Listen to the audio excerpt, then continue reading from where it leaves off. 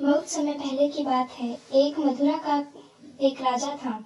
उसका नाम कंस था। कंस बहुत ही घमंडी था। वह अपने आप को भगवान के समान मानता था। उसकी एक बहन भी थी। वह बहुत अच्छी थी। वह बहुत दयावान थी। वह कंस को हमेशा समझाती और उसे कहती कि अपनी यह अमर रहने की जिद छोड़ दो। पर कंस कभी भी उसकी बात नहीं मानता था। देखते ही देखते काफी दिन बीत गए। कंस ने अपनी बहन की शादी एक राजा के साथ एक राज्य के राजा के साथ कर दी। राजा का नाम वासुदेव था। उस वासुदेव की पहले भी एक पत्नी थी। अब उसकी दो पत्नी हो गई थी। उसकी पहली पत्नी का एक पुत्र था। उसका नाम बलराम था। और एक दिन जब कंस अपनी बहन से मिलने जा रहा था, तभी एक आकाशवाणी हुई और उस आकाशवाणी में कहा गया है कि कंस, तुम जिससे मिलने जा रहे हो वही तुम्हारी मौत का कारण बनेगी।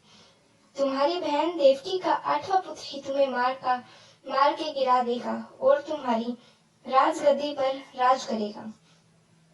अब कंस ने यह बात सुनी और तब वह गुस्से से लाल हो गया, बिल्कुल ही लाल टमाटर की तरह।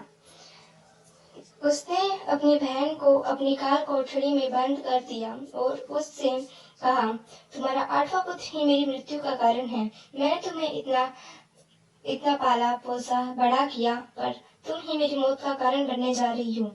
देवकी ने अपने भ्राता के सामने बहुत हाथ जोड़े, पर उसने उसकी एक ना सुनी। कंस मुझे छोड़ दो, यह देवकी ये कहती हुई वहीं बेहोश हो गई, पर कंस ने उसकी एक ना सुनी। देवकी ने यह भी कहा कि वह अपने 8वें पुत्र को खुद तुम्हारे हाथों में दे देगी, तुम्हें उसके साथ जो करना है तुम करो। पर कंस बहुत ही घमंडी, निस्वार्थी और बहुत ही ज्यादा घमंडी था, पर उसने उसकी एक ना सुनी। तुम्हारे वह अपने 8वां पुत्र उसके हवाले कर देने की बात भी उसके आगे रखी, पर कंस ने उसकी ना सुनी। परंतु कंस ने उसकी एक ना सुनी और उसे काल कोठरी में डाल दिया। कुछ समय बाद देवकी ने एक पुत्र को जन्म दिया। जैसे ही उसका जन्म हुआ, उसकी खबर उसके सिपाहियों ने कंस तक पहुंचा दी और कंस देवकी की काल कोठरी तक पहुंचा और उसने देवकी के हाथ से उसका पहला पुत्र छीना और उसकी मृत्यु कर दी। देवकी ने बहुत हाथ जोड़े, बहुत उससे मांगी, पर फिर भी उसने उसकी पुत्र की हत्या कर दी। उसने बाकी अपने 6 पुत्रों के साथ भी ऐसे ही किया। Next see in part 2. Thank you so much.